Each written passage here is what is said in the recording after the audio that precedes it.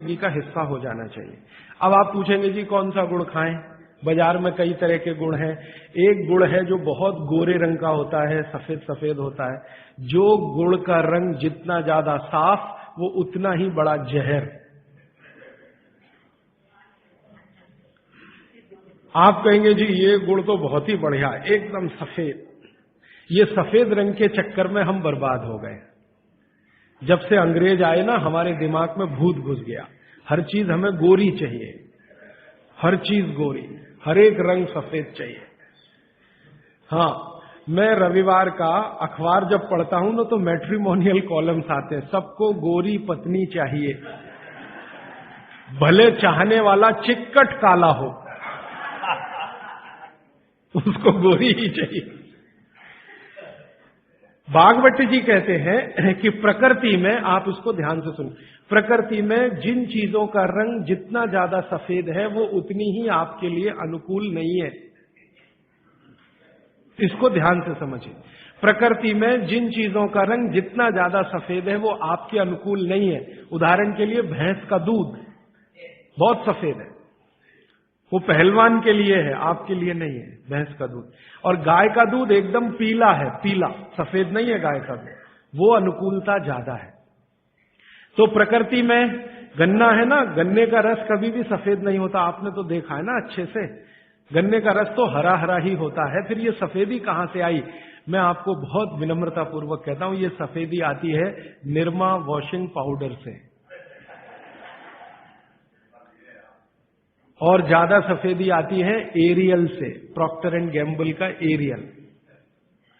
और आपको अब मैं जो कहने जा रहा हूं वो आप कभी विश्वास करें या न करें, लेकिन सच यही है कि गुड़ बनाने वाले आपका जो सफेदी का लालच है ना, सफेदी के प्रति आपका मोह, उसको ध्यान में रखते हुए इतना निरमा डालते हैं, इतना वॉशिंग पाउडर उसमें डालते हैं गन्ने के रस में कि वो गुड़ का रंग ही बदल जाता है। तो ये सफेद गुड़, एकदम व्हाइट कलर का गुड़, ये तो बहुत ही खतरनाक है, बहुत ही खराब है।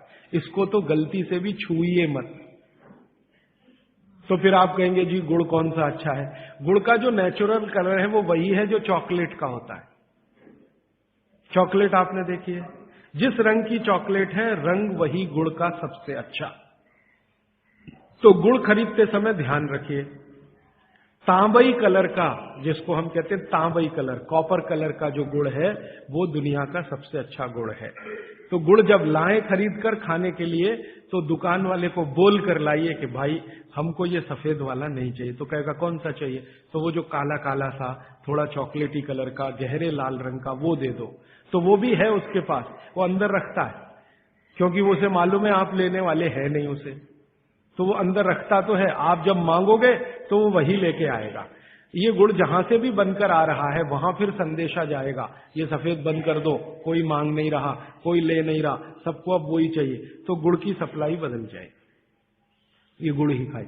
अब मैं जो और गहरी बात पे जा रहा हूं, भागवत जी कहते हैं कि दुनिया में गुड़ के अतिरिक्त जो मिठाइयां हैं, गुड़ के अतिरिक्त, वो आपके लिए बहुत अच्छी नहीं है। अब गुड़ के अतिरिक्त मिठाई में जरा चले तो क्या है? चीनी। आज के समय में, भागवत जी के समय चीनी नहीं थी, इसलिए उन्होंने उस पर कोई सूत्र नहीं लिखा, क्योंकि उन्हें कोई कल्पना भी नहीं थी कि चीनी बना लेगा आदमी। अब ये चीनी बहुत खराब है। चीनी और गुड़ का एक ही रॉ मटेरियल है, आप जानते हैं। गन्ने के रस में से ही चीनी बनती है और गन्ने के रस में से ही गुड़ बनता है। बस दो अलग अलग सभ्यताओं का इसमें फर्क है। एक है सभ्यता यूरोप और अमेरिका की, जहां से चीनी आई, और दूसरी सभ्यता है भारत की, जहां से गुड़ आया। एक ही रॉ मटेरियल है, एक ही रॉ मटेरियल है। चीनी बनाने के लिए भी गन्ने का रस ही लगता है, गुड़ बनाने के लिए भी गन्ने का रस ही लगता है। और थोड़ा सा आगे बढ़े कि एक ही रॉ मटेरियल है गेहूं का आटा, जिससे रोटी भी बनती है, पूड़ी भी बनती है, पराठा भी बनता है, उसी से पाव रोटी भी बनती है और डबल रोटी भी बनती है। ठीक है, सभ्यताओं का अंतर है, रॉ मटेरियल सेम है। गेहूं का आटा वो हिंदुस्तान में भी है, वो अमेरिका में भी है, वो कनाडा में भी है, वो भारत में भी है, लेकिन वो गेहूं के आटे से बनाते हैं पाव रोटी और डबल रोटी। हम गेहूं के आटे से बनाते हैं रोटी, पूड़ी या पराठा या आदि आदि बहुत सारी चीजें। अंतर क्या है जी? अंतर प्रोसेस का है, प्रक्रिया का अंतर है। प्रक्रिया का अंतर है। रॉ मटेरियल सेम है, एंड प्रोडक्ट भी सेम है, खाए जाने के लिए बन रहा है, लेकिन प्रक्रिया अलग अलग है।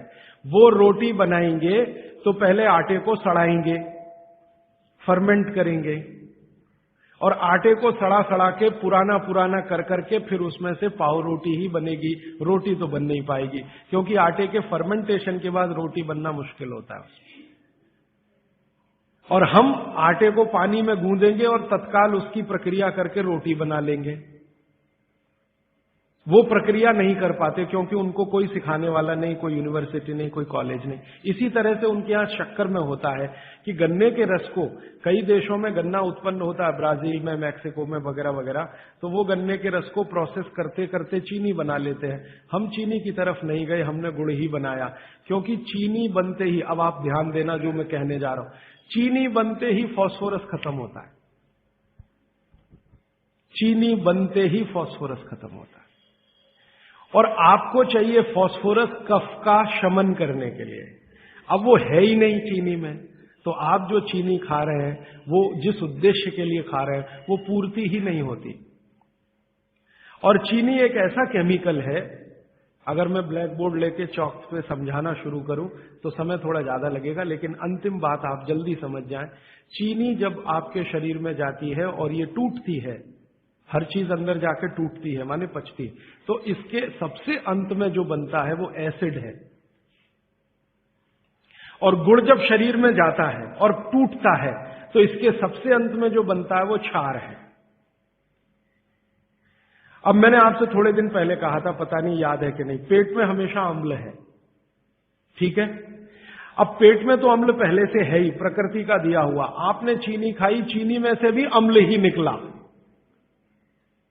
तो अम्ल तो बढ़ गया ना जरूरत से ज्यादा। और ये बढ़ा हुआ अम्ल अगर पेट में आपके है तो ये खून में भी जाएगा, आप इसे रोक नहीं सकते, क्योंकि पेट में जो है वो खून में भी जाएगा। और खून में अम्ल बढ़ता ही गया। रोज आपने 1 चम्मच चीनी खाई, 2 चम्मच चीनी खाई, 3 चम्मच चीनी खाई, हर दिन उसमें से अम्ल निकल रहा है, और पेट का अम्ल भी उसमें जुड़ रहा है, फिर निकल रहा है, फिर जुड़ रहा है, फिर निकल रहा है। फिर 10 साल का हिसाब निकालो, 20 साल का निकालो, 30 साल का निकालो, आपका दिमाग घूम जाए। रोज का अगर 2 चम्मच चीनी का हिसाब जोड़ो, वैसे तो जो 2 चम्मच से ज्यादा ही रहती है एक आदमी की जिंदगी में चीनी। दूध में भी चीनी लेते हैं, चाय में भी चीनी लेते हैं, 2 चम्मच रोज की। 2 चम्मच माने हो गई लगभग 10 ग्राम के आसपास। तो 10 ग्राम चीनी रोज की, 1 साल में कितनी, 10 साल में कितनी, 30 साल में कितनी, 40 साल में कितनी, हिसाब निकालोगे ना तो मरते समय तक 1 बोरा चीनी तो कोई भी खा लेता है, 100 किलो तक। अब इतनी चीनी खा के जो एसिड बनेगा वो कहां जाएगा?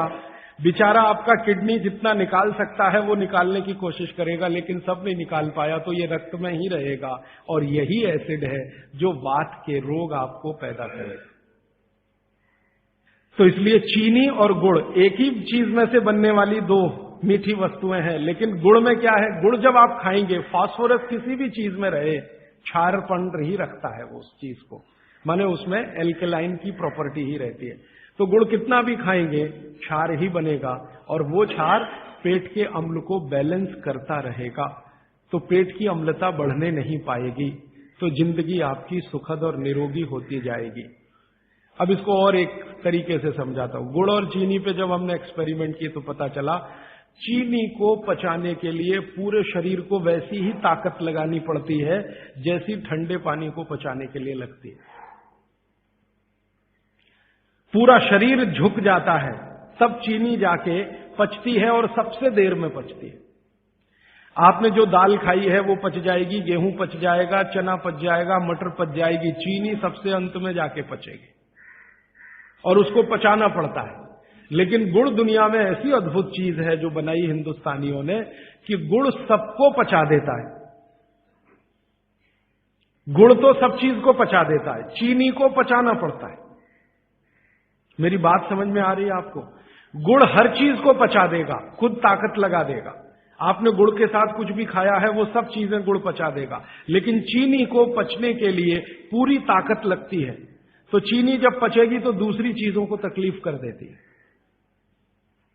तो इसलिए बेहतरीन है कि गुड़ खाइए, जिंदगी भर कफ के रोग आपको नहीं आएंगे। फिर अंत में वही सवाल, मिलता नहीं जी, ये रोना बंद कर दीजिए। दुनिया में हर चीज मिलती है, जहर भी है, अमृत भी है, आपको क्या चाहिए? और आज की दुनिया है ना, आज की दुनिया माने आज का मार्केट, माने आज की इकोनॉमिक्स, वो बायर्स इकोनॉमिक्स है, कंज्यूमर्स इकोनॉमिक्स है। बायर्स मार्केट है, कंज्यूमर मार्केट है। माने जो ग्राहक मांग करेगा वही चीज बाजार में टिकेगी, ग्राहक मांग ही नहीं करेगा तो वो टिकने वाली ही नहीं है। तो आप मांग करना शुरू करो, जी गुड़ चाहिए, गुड़ चाहिए, गुड़ चाहिए, तो आप में से ही कई लोग खड़े हो जाएंगे, बोलो कितना चाहिए। मैं कोल्हापुर जाके आता हूं, गुड़ वाले से बात करके आता हूं, हमारा गुड़ जो है हमें सफेद नहीं चाहिए, हमें तो वो वाला गुड़ चाहिए जो काला का। कोई कहेगा मैं बिहार जाके आता हूं, गुड़ वाले से बात। जहां जहां गुड़ बनने के बड़े केंद्र हैं, बिहार बहुत बड़ा केंद्र है, गन्ना होता है, कर्नाटक में बहुत गन्ना है, महाराष्ट्र तो गन्ने का सबसे बड़ा केंद्र है हिंदुस्तान में। आपका महाराष्ट्र आपके बॉर्डर पे ही है, आंध्र प्रदेश में बहुत गन्ना है, तमिलनाडु में भी गन्ना है, कई इलाके तमिलनाडु में गन्ने के। जहां जहां गन्ना होता है वहां गुड़ बन सकता है। आप गुड़ बनाने वाले को बस संपर्क कर लीजिए कि देख भाई, तू इसमें वॉशिंग पाउडर मत डालना, तू इसमें वॉशिंग पाउडर मत डालना, लगे तो 2 रुपए किलो ज्यादा ले लेना। तो वो जो 2 रुपए किलो का लालच है वो ही उसको ईमानदार बना देगा। आप ले लो उससे। वो कहता है जी मेरा गुड़ 15 रुपए किलो, आपको मैं 17 रुपए किलो ले लूंगा, तुम इसमें ये जहर मत डालना। और वो 2 रुपए किलो आपने जो ज्यादा दिया वो जिंदगी के लिए कोई घटिया सौदा नहीं है, बहुत फायदे का सौदा है। तो गुड़ बनाने वाले इस देश में आज भी हजारों की, लाखों की संख्या में है, गांव गांव में है। आप उनसे संपर्क कर लीजिए और कोई एक गुड़ का केंद्र ही शुरू कर दीजिए। आपके आपस में सब लोगों को, जितने कम से कम 500-700 लोग यहां बैठे हैं, इतने घरों के लिए गुड़ आ सकता है, जरूरत के हिसाब से आपको उपलब्ध हो सकता है। तो ये मत कहिए कि मिलता नहीं, हर चीज इस देश में मिलती है, छोटे छोटे गांवों में भी उपलब्ध है। कुछ लोग गुड़ खाइए, कुछ लोग काकवी खाइए, माने जिसको राब कहते हैं। जितना जाड़े का समय है ना, नवंबर, दिसंबर, जनवरी, फरवरी तक राब भरपूर खा सकते हैं। दही में राब खाइए, दूध में राब खाइए, हलवा राब का बनाइए, गुड़ का हलवा बनाइए, गुड़ दही में खाइए, गुड़ दूध में खाइए। अब गुड़ को दूध और दही में खाने का नियम है, वो बागभट्ट जी कहते हैं। वो कहते हैं जी दही में मिला के गुड़ खाया जाए, दही में मिला के गुड़ खाइए, दूध में गुड़ कभी मत मिलाइए, दूध में गुड़ कभी मत मिलाइए, दही में मिला के खाइए। तो दूध में कैसे खाएंगे जी? दूध में ऐसे खाएंगे कि पहले गुड़ खा लीजिए, पीछे से दूध पी लीजिए, या दूध पी लिया, पीछे से थोड़ा गुड़ खा लीजिए। दूध में गुड़ मिला नहीं सकते, और दही में कभी भी बिना मिलाए मत खाइए। आप में से कोई बिहार वाले हैं ना, तो वहां पर एक बहुत बढ़िया व्यंजन मिलता है, उसका नाम है दही चूड़ा। दही चूड़ा ही कहते हैं, चूड़ा। ये मिथिला में मैंने खाया और ऐसा अद्भुत है जो दुनिया में शायद कहीं ना हो। मिथिला में, मिथिला माने एक एरिया है बिहार का, करीब 8-10 जिले उसमें आते हैं। उन जिलों में जब भी आप जाएं तो मेहमान को वही परोस के लाते हैं। तो मैं भी मेहमान जैसा ही रहता हूं, तो मुझे हर घर में दही चूड़ा मिलता है। तो वो दही डाल के लाते हैं, ऊपर से गुड़ डाल के लाते हैं, दही के ऊपर गुड़ रहेगा। तो मैंने कई बार कहा कि अलग प्लेट में गुड़ ले आओ, तो कहते नहीं नहीं, आपको फिर खाना नहीं आता दही चूड़ा। तो पहले मुझे सच में नहीं मालूम था। अब जब ये मुझे पता चला बागभट्ट चिकित्सा का, तब मेरी अकल में आया कि वो सब बागभट्ट के चेले हैं, दही में गुड़ मिला के पहले से ही चिवड़ा पे रख के लाते। तो दही में गुड़ मिला के ही खाइए। अगर आप दही खा रहे हैं तो गुड़ मिला के ही खाइए। तो दही के कई दोष जो आपके लिए अनुकूल नहीं है वो भी खत्म हो जाते हैं। और दूध में गुड़ कभी भी मत मिलाइए। एक जगह तो वो ये कहते हैं कि दूध खाली पी लीजिए, गुड़ आगे पीछे खा लीजिए, वो ज्यादा बेहतर है। तो गुड़ खाइए, मेरा कहने का मतलब ये है। अब गुड़ के कितने प्रिपरेशन है हमारे घर में? गुड़ का, तिल का प्रिपरेशन एक है, तिल पट्टी कहते हैं, गजक, गजक।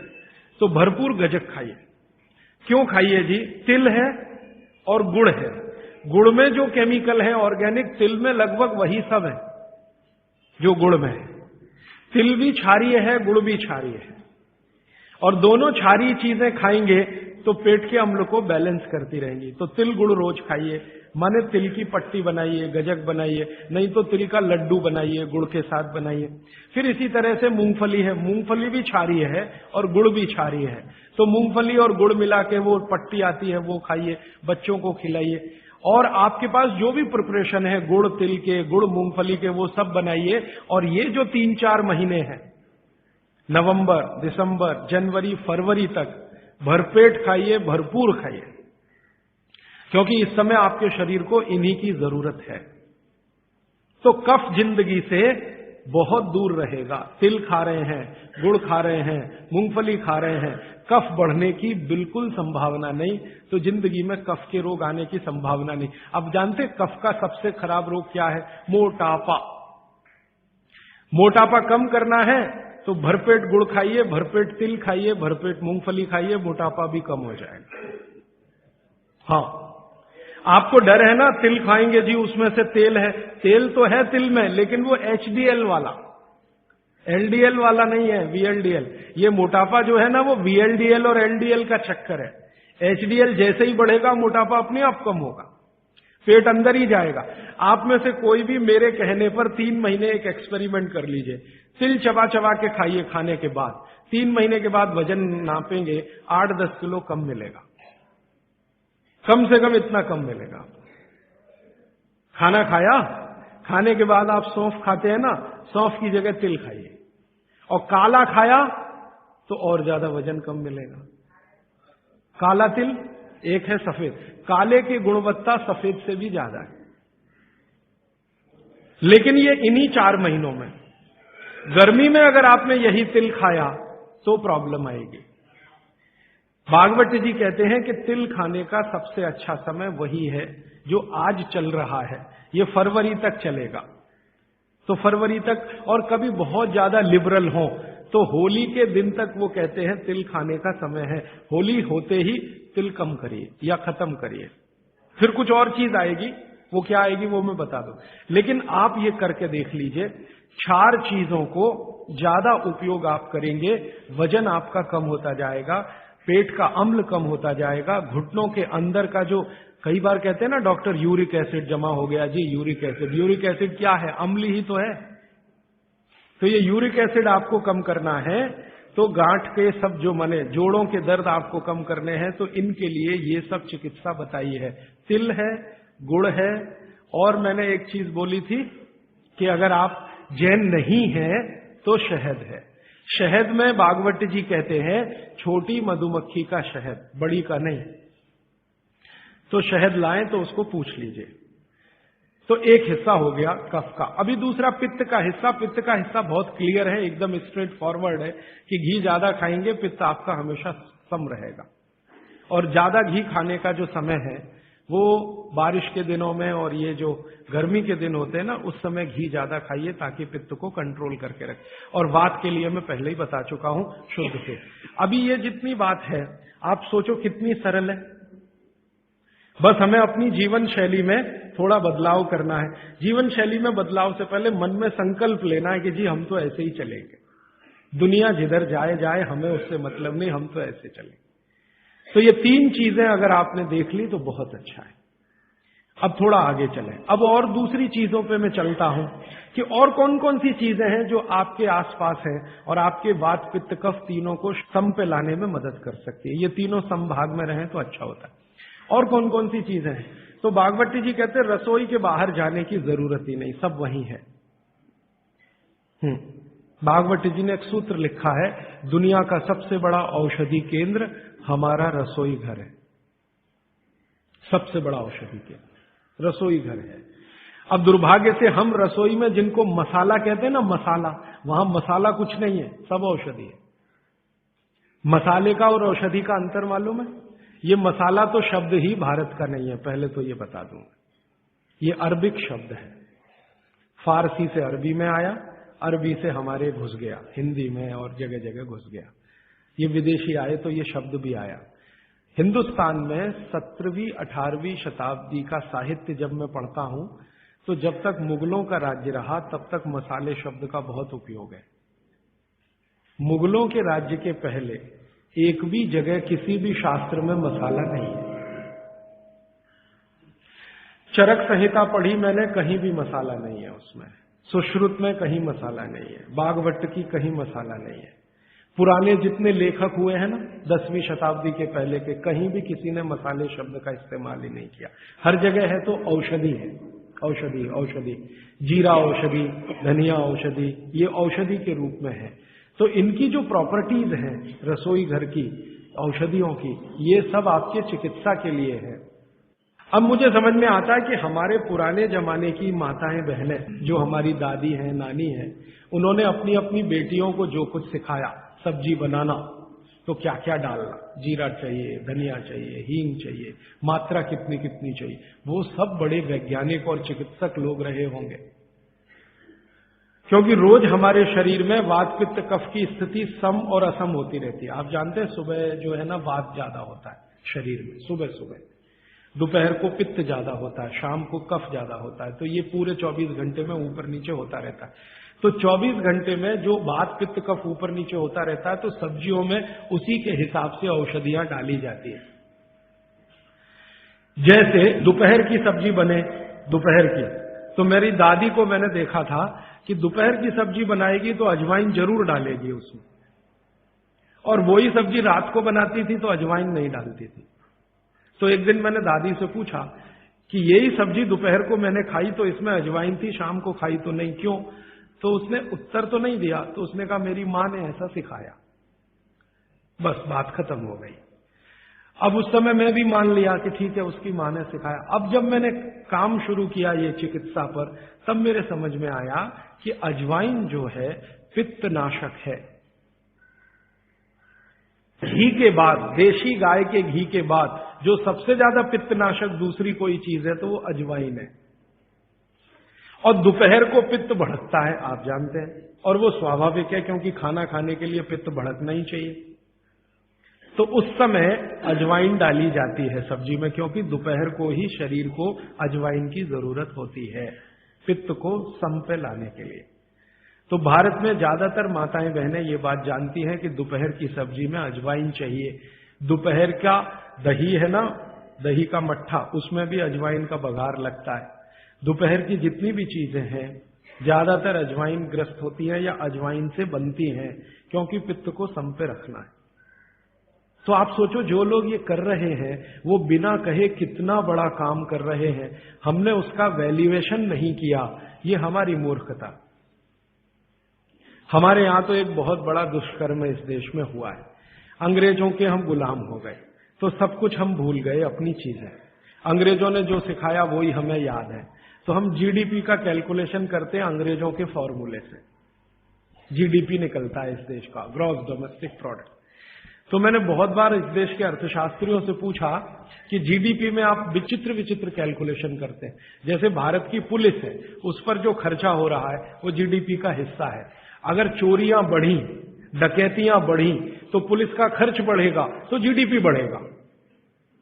और प्रधानमंत्री छाती ठोक के कहेगा मेरे जमाने में जीडीपी 10% से ऊपर बढ़ गया। सो व्हाट, पुलिस का खर्च बढ़ गया, माने चोरियां बढ़ गई, डकैतियां बढ़ गई, अत्याचार बढ़ गए, अनाचार बढ़ गए, तो जीडीपी बढ़ गया, तो क्या बड़ी बात है।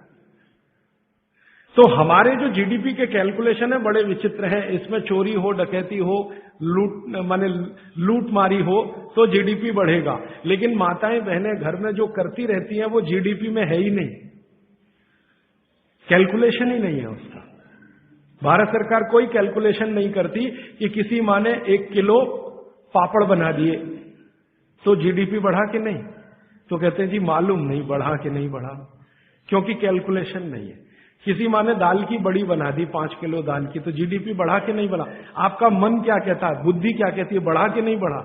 किसी ने बड़ी बना दी, किसी ने पापड़ बना दिए, किसी ने कुछ बना दिया, किसी ने गोंद के लड्डू बना दिए, किसी ने मावे का कुछ बना दिया, तो जीडीपी तो बढ़ ही रहा है, लेकिन हम कैलकुलेट नहीं कर रहे हैं उसको। क्योंकि अंग्रेजों के यहां महिलाओं का किया हुआ काम महत्व का नहीं माना जाता। अंग्रेजों के यहां ये जो अंग्रेज जात है ना दुनिया में, ये महिलाओं के किए हुए काम को काम ही नहीं मानती। आपको मालूम है 2000 साल यूरोप में महिलाओं को पुरुषों से हमेशा कम वेतन मिलता रहा, और आज भी है ये कई देशों में।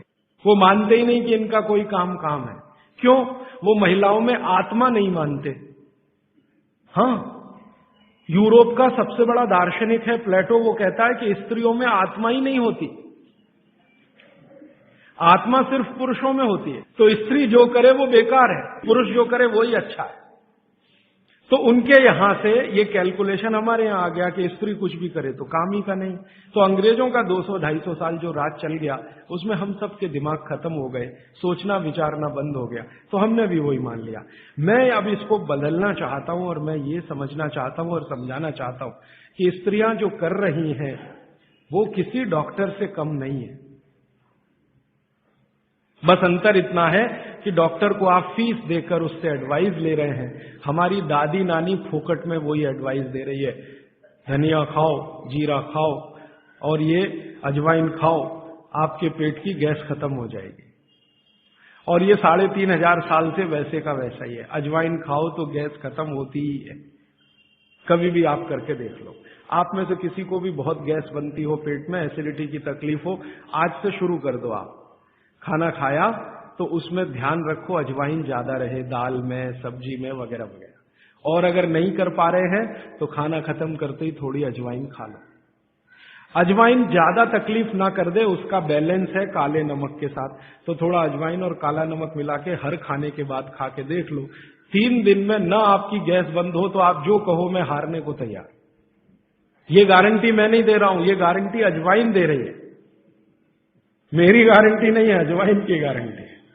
तो वो कहते हैं बागवट जी कि पित्त को सम रखने के लिए हमारे रसोई में घी के बाद जो दूसरी चीज है वो है अजवाइन।